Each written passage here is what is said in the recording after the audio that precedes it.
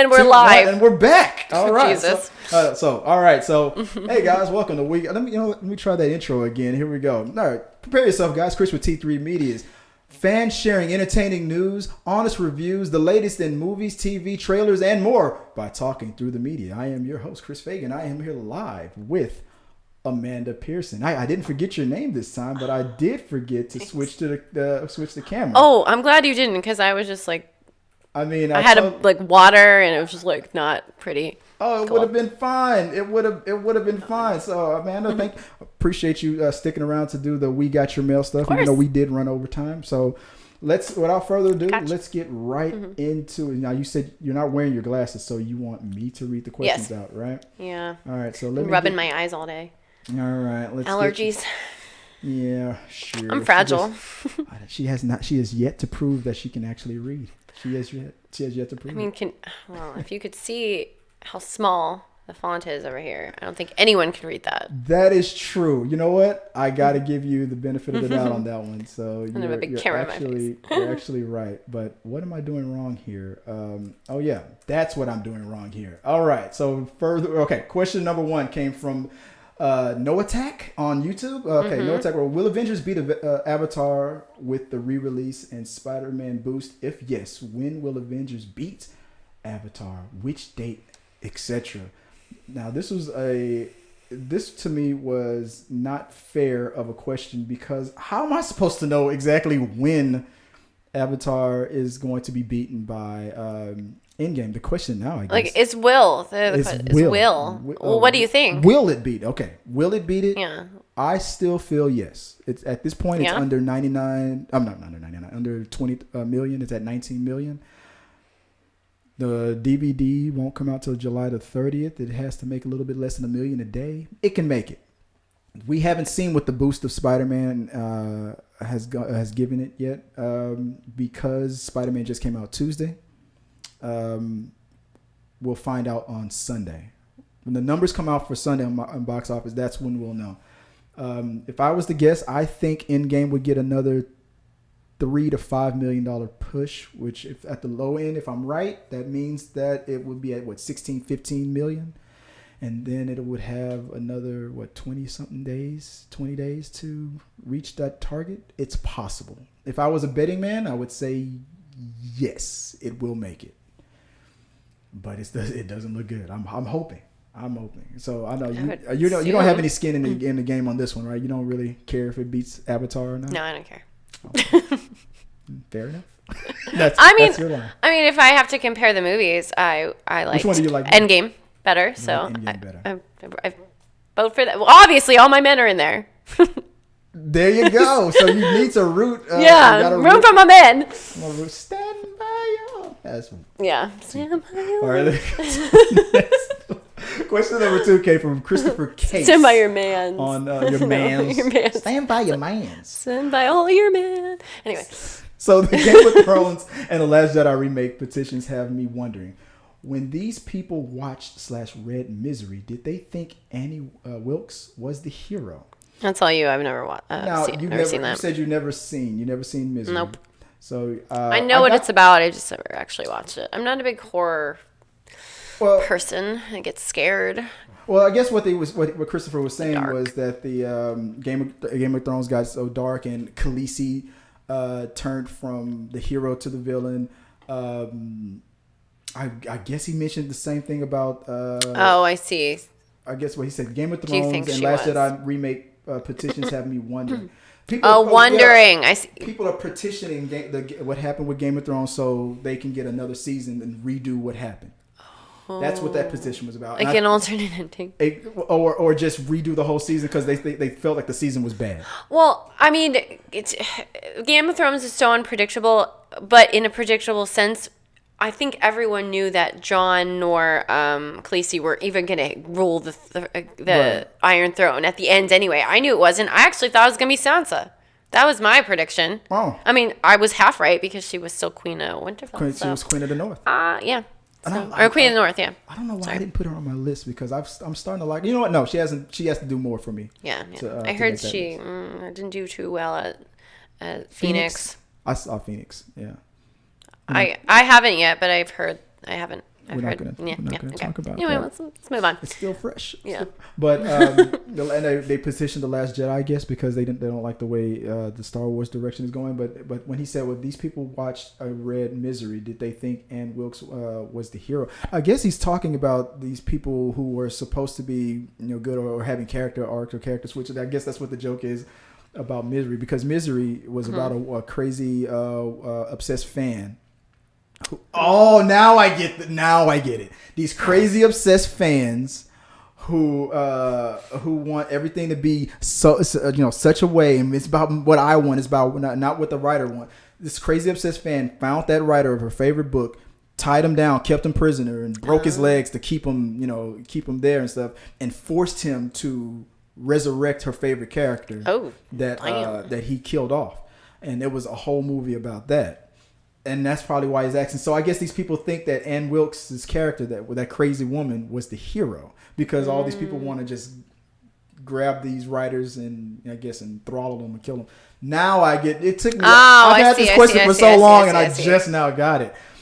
Yeah. Yes, okay. I think they do think that she was the hero, because some of these fans are very rabid and they take it very seriously. And what do you think about the toxicity of these fans lately on the internet and whatnot? Like, have you ever experienced anything like that in any work that you've done? Well, at least I would say for Game of Thrones, yeah. I kind of agree with. I feel that Game of Thrones was rushed. I think they were approved for 8 episodes, and they said, "Oh, we can do it in 6." And they completely rushed it. Yeah. Mm-hmm. Well, no, but they just rushed it, because I feel like if this was typical Game of Thrones, at least I think the last episode, they would have fought way harder for Jon Snow to still rule. Like, they could have done more. They were just like, well, we can't. They're like, oh, we can't? No. So let's figure it out right now. I don't know. I don't feel like they just surrender that easily. Especially Sansa and Arya, the two most stubborn, 2 out of the whole damn. I mean, they're all stubborn, but we could probably have a whole Game of Thrones conversation on this one. Like, it's after all these months, it's still fresh. It still hurts. Is still. But the thing is, because they were so worried about Star Wars, which I feel like that is just overdone anyway, they wanted to get into working on that, so they rushed Game of Thrones, and that's what annoyed me about it, because I feel like it was rushed. I don't feel like it was an awful ending per se, but I feel like they could have done better and made it feel like justice was more. I don't know. It didn't matter to you that even though they shrunk it to 6 out of 8 episodes, that the last 2 or 3 were an hour and 30 minutes instead of an hour. So the same amount of time was probably there, but the way they edited and where they turned it to 6 episodes, you're probably right. It did feel rushed to a lot of people, because it was technically 6 episodes, but even though the last 2 were an hour and 30 minutes long. But I felt like I liked the way they did it, but at the same time, I also could understand how people who were angry about it felt. So I'm in the middle of it. I couldn't write it any better, but I understand people's disappointments on it. Wow, you are really upset about it. She's like, I have to drink more water, Chris. You just don't know. This is a button topic. No, I'm going to lose my voice if I don't do that. I got to get you out of here. Let me go to the next one. Fine. The next one came from Twitter. Nerd Chronic. Love that, man. Nerd Chronic. Do you consider it a cheap move to this is another Avengers question, to re-release Endgame this weekend in order to beat Avatar for the #1 box office spot, or do you think it's still a fair play? Do you think is it one of those fair enough kind of moments for you? Do you think that whole thing about, and just to be technical, to re-release something is it ends its theatrical run and then it comes back? It was still in theaters, and what they did was they bought out more. They bought out more. They bought out more screens again, and then they delivered new footage. And what they delivered was a deleted scene and a tribute to Stan Lee. That was it. It wasn't anything that changed the plot or anything like that. It was just some extra nerd stuff. I feel like a lot of people would want that extended. Yeah, and a lot of people are going into it and watching it. But do you think it's fair? I think I think yes. I think yeah. I mean, Avatar did it. They could have done. Oh, they did. Yeah, Avatar ended their run, and then like a year or two later, they brought it back into the theaters. They did. And got another $10 million out of it. Wow. So I mean, jeez. I think if a couple of years from now, if Endgame doesn't beat Avatar this year, then I feel like a couple of years from now, when the next Avengers movie comes out, I think they're gonna re-release Endgame. Officially, like, make it a real re-release, and then it'll be Avatar. If it doesn't do it this time, like if it's like $5 million away, they'll get that money eventually. It's gonna happen. Hopefully. And then when the next movie that it's not about Avatar losing. It's just I want to see the record break. And if Endgame breaks the record, then the next movie that could beat Endgame, I'm gonna root for that one too. If it's Avatar 2, I'm gonna root for it because I just want to see these records break. So that's all. Yeah. That's all. I know. Let's see. So I'm sorry. I'm gonna move on to the next. Well, that was from Nerd Chronic, and the next one came from. That's Nerd Chronic again. Where's the next one here? There he is. It was just a question that came in. So it was. Have you ever had? This is a question that was directly for you. Have you ever had a great audition for an acting gig that went very well and never heard from anyone? Dun, dun, dun, dun, dun, dun. We're putting somebody on the spot. Yeah. Well, I can just say, based off just being in the industry, you kind of learn a few things. Mm-hmm. So I will say that you probably could have had a amazing audition that went well and perfect, but there could be a number of reasons why you didn't hear from anyone. Depends on if it was an audition that was a cold read or if it was, so there's multiple. So say it was an in-person audition, right? They are looking for a certain type of person. So one, you could have acted great, but you didn't fit the bill of what they're trying to look, because they're looking for the personality and the looks. Usually a writer that's going to hire an actor for a role, they already have kind of like a look of who they want, right? They already know. So if they're like, can we make her into that? Because even if you have blonde hair and they're looking for someone that's going to be a brunette, they need to know, can she look good in that? Like that, because we'll just dye her hair or something, right? So there's multiple factors in that. So you might not just looked remotely close to what they were looking for. And they just, no, because they also want you to act and look like it, right? Also, a lot of things that I've heard lately is in the industry, it is all about who you know. I will tell you, I've been able to do a lot more movies based off of being on set and meeting like an agent and then having them take me to another set and meeting other people. And I just kind of have been able to be on movies from that and not even audition for any of them based off of what I was doing there. So, and then they like you. So if you're likable and you can work with them, you take direction really well, and you're serious and professional about your job, like you can get it through that. But again, you got to get through the audition process first, and then once you do, a big thing is also social media now, which I hate this because it's all about a following. And somebody you could have had the greatest audition, and you could have probably been the top and at the top, and they're like, oh, but we'll probably get more eyes on this movie because if we get the girl with 1 million followers. Right, exactly. That's exactly what it is. Because like, okay, this girl has 3,000 followers and she was really good and she was great, but this girl was very close to her and she has like 80,000 or something, right? So they're gonna go with who they can probably get more marketed. Yep, who they can market, and that just really sucks because now it's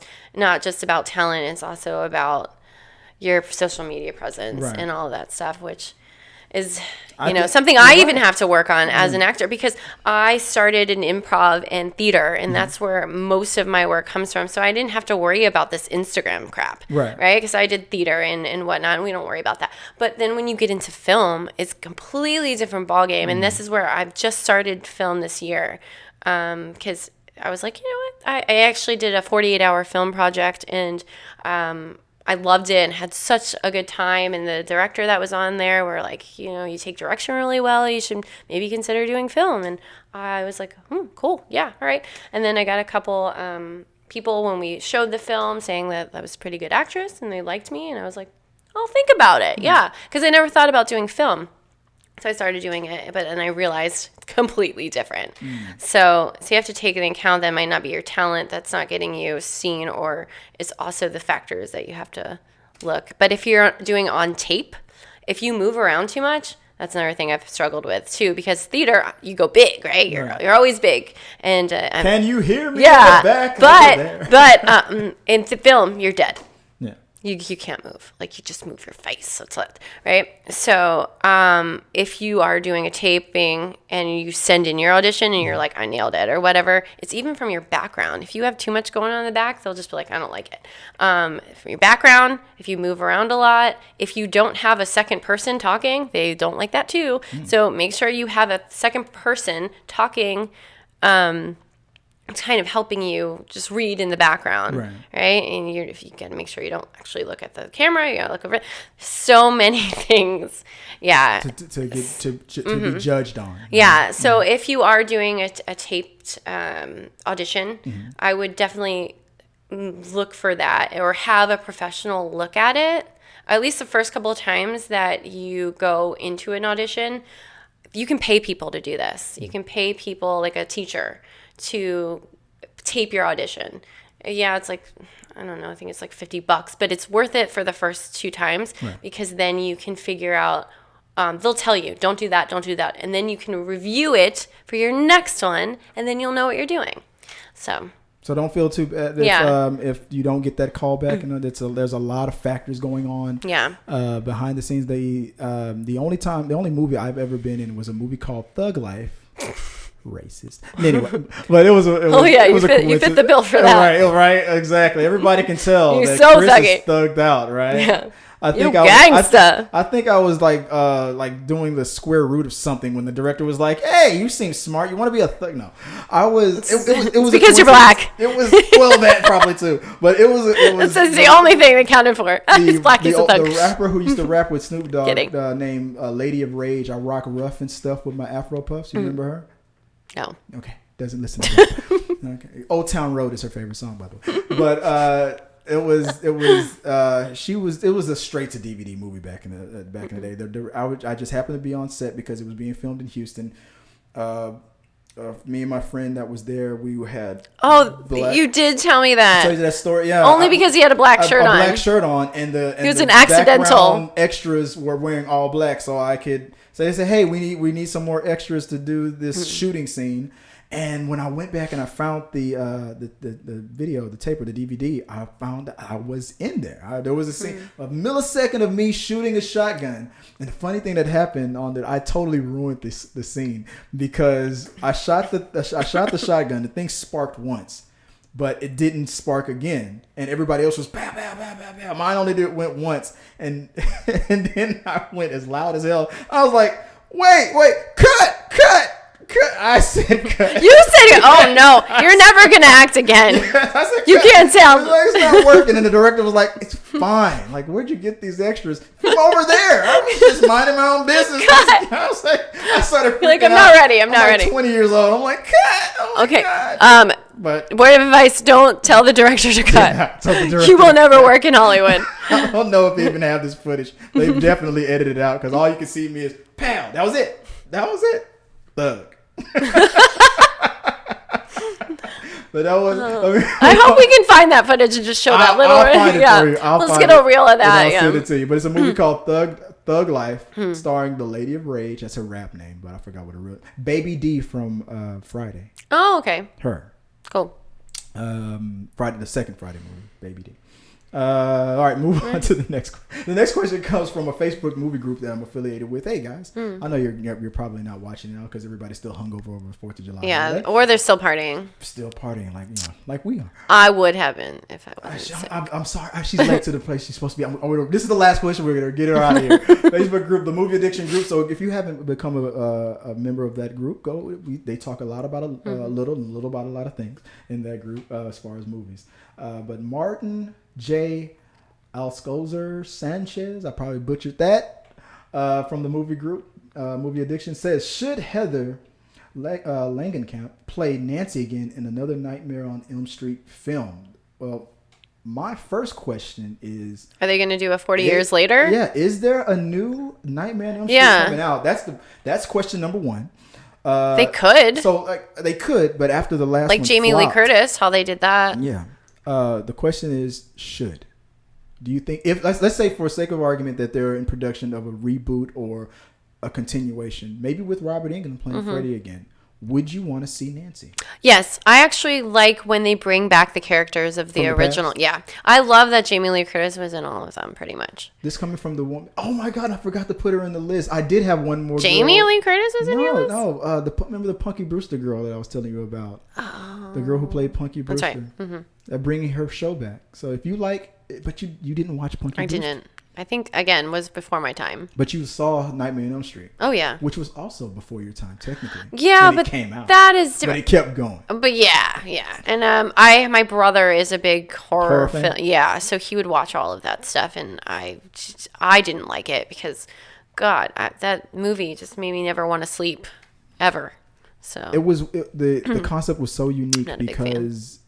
everyone has to sleep. But he was kind of funny too sometimes. And everybody had a dream. I know. And it made the water scene where he's in the waterbed or whatever. Oh, yeah. That one, I still have nightmares of that, of Johnny Depp getting killed. Johnny, no, that was Johnny Depp. Oh no, the waterbed scene. It was so long ago. It's just all I remember is the waterbed scene, and that's all I remember. She hates it when good furniture gets destroyed. That's all. That is. Oh my God! Not the waterbed. The waterbed. Oh God! I didn't care about Johnny Depp. Not the waterbed. Johnny, no. Get off the bed. Get off the bed. Freddy's gonna. I'm gonna have to mop this. God, just die on the floor. Could you imagine her? Die on the floor. His poor mother. Not only did she have to wipe up the blood from the ceiling, but clean up the water on the floor. Freddy just messed that whole family's day up. But I mean. That movie stood the test of time, and I loved it when Nancy came back in the third one, and I loved it again when she came back in the fifth one. I think. I think she should be in the next one too. I think so. If they do, here's how I would do it. If they do a reboot of the Nightmare on Elm Street, she could just she doesn't have to play Nancy. She could play the mother, Nancy's mom. Right. And let another girl be Nancy and let her be the mom. Just to be an homage to. But I see what you're saying, but I think they should definitely do like a 40 years later type of thing. So I mean, I know they're gonna kind of copy Halloween, but technically they should still do that. Not 40 years. I don't know how long it was, but in the Wes Craven's New Nightmare, Freddy was able to come to the real world. He came out of the script and attacked the actress who played Nancy, and she survived. Right. But in the script, Freddy killed her in part 3. So Nancy's dead. So if there is so they would have to retcon and wipe out that whole. I see what you're saying. They probably do the whole thing with what they did with the Halloween thing. They ignored all one through whatever, and then went exactly through. And do it a direct sequel. Now the only way they can do it is if they did that. They didn't, but Jamie Lee Curtis, they didn't have to because she didn't die. She died in H2O. Oh, no, she didn't. Yeah, she did. We're going to have to, after the show, we're going to fact check that. I think she died in H2O. No, that's the only one I like because Josh Hartnett was in that. I didn't say that. I actually like them all. But that one was, died in H2O. I think she died in the next one. If she did die, it would have been the resurrect. There's H2O and isn't there Resurrection? Isn't Resurrection the remake? There's so many. I know. We need to get our facts straight. Nancy should come back. Yeah, we're going on a tangent. Okay.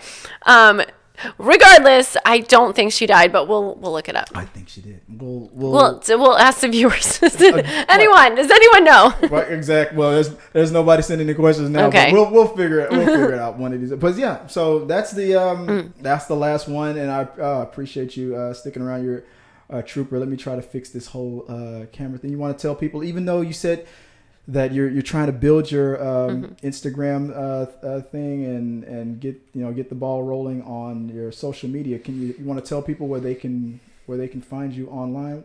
Well, I think isn't it right there? Doesn't it say that right there? Oh, you're always calling me out. That's the second time I've said something. Oh, right there. I've said something stupid, and then she like totally calls me out.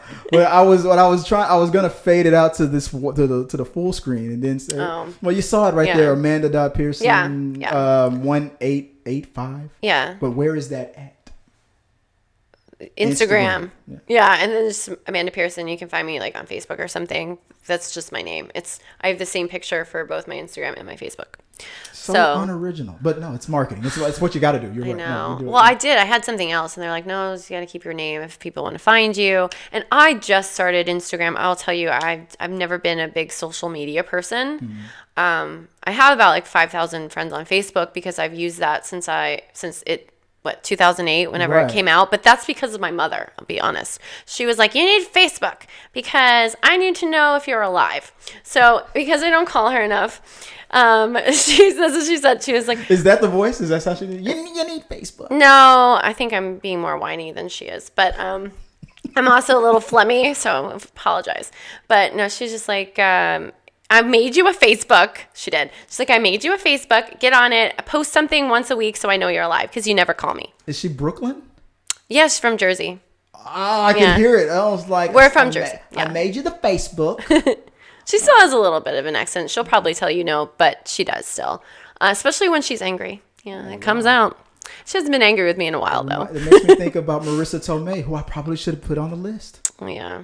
So, but I have Facebook, so I have a lot of friends on there. But Instagram, literally, the last couple of months, I started using it. So I'm just trying to, build up mine as well because I know it's gonna hurt me in the long run if with social media. Yeah, with my career, it's gonna hurt me getting gigs because they're gonna pick someone else that might not have as good of talent that I have. I'm not saying I'm amazing or anything, but. Well, hopefully this will all give you more exposure and whatnot. Like, hey guys, if you're out there, follow Amanda on Instagram, Amanda.Pearson 1885. If you want to see me as a princess or Wonder Woman or there's just lots of stuff I do in there. Yeah, it might even happen here. It's gonna happen here. We've been talking about a lot of stuff. I like to dress up, so just be ready for that. I'm gonna probably make that happen one day. But I appreciate it, guys. Well, until next time, guys, I appreciate it. And like I said, if you have any questions that you want to bring to us here at We Got Your Mail, you can put it right there at T3Medias.com, at T3Medias on all social media, Facebook, Twitter, Instagram. I think it's all down there. Yeah, all down there. Mail at T3Medias.com. Don't listen to him, just look right there. Try to use the hashtag WGYM. I always think that's like women's gym, but it's We Got Your Mail. And I trust me, we will answer all the comments, all the questions right here on this segment. Until next time, guys, hey, peace. I'm going to go call my mom now.